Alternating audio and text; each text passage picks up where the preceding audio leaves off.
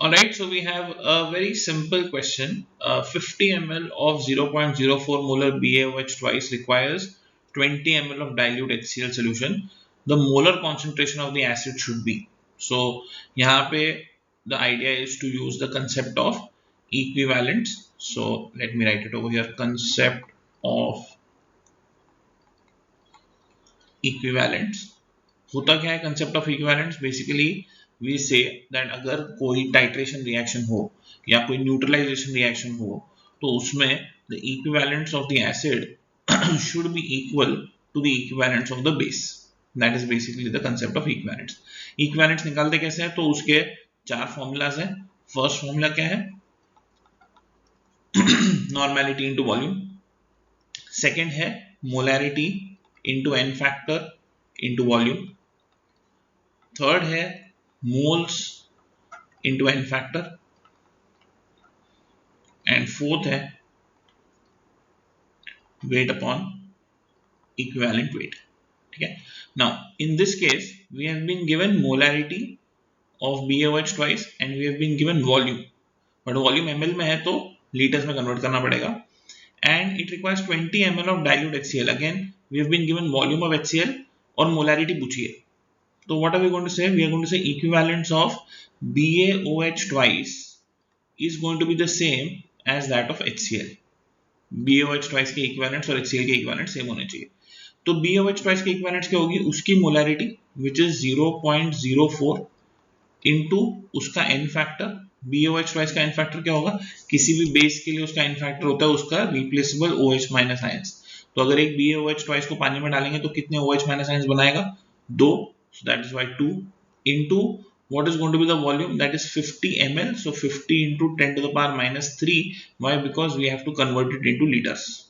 हमेशा volume को liters में लेना है.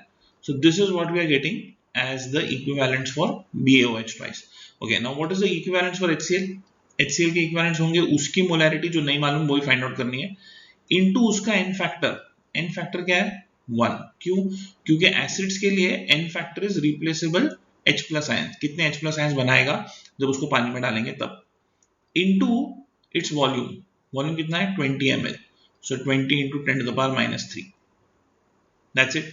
ये 10 to the power minus 3 10 to the power minus 3 यहाँ से कैंसिल आउट हो जाएगा and molarity will come out to be 0.2 molar. Very simple straight forward. One step में we can get this answer. Answer is B which is 0.2. इसी question को stoichiometry से भी कर सकते हैं जहां पे you are going to use BaOH twice reacts with HCl to give you BaCl2 and H2O, but if you realize that is going to take more time to solve this question. Why? Because उस case में क्या करना पड़ेगा? पहले reaction को balance करना पड़ेगा. तो मैं जल्दी से एक बार वो भी करके बता देता हूँ. So if let's say you have this kind of an equation तो इसमें पहले बैलेंस करना पड़ेगा. तो 2HCl आएगा और साथ में 2H2O. अब you will have to first find out the number of moles of BaOH twice.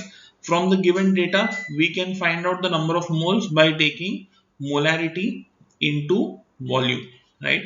So molarity into volume. Molarity कितनी होगी? 0.04 और volume हो गया 50 into 10 to the power minus 3. ठीक है? So if I multiply this, what am I going to get? I am going to get 0.4 into 5. 0.4 into 5 is 20. That's 2 into 10 to the power minus 3. Now that's the number of moles of BaOH twice which are reacting. अब इतने moles को react करने के लिए HCl के कितने moles लगेंगे? तो आई वुड से जब एक मोल को रिएक्ट करने के लिए 2 मोल्स ऑफ HCl लगते हैं तो इतने मोल्स को रिएक्ट करने के लिए you will require twice as many moles, which means it will be 4 into 10 to the power minus 3 moles of HCl that we will be requiring. अगर इतने मोल्स ऑफ HCl है, now the question comes that what is going to be the molarity concentration of HCl.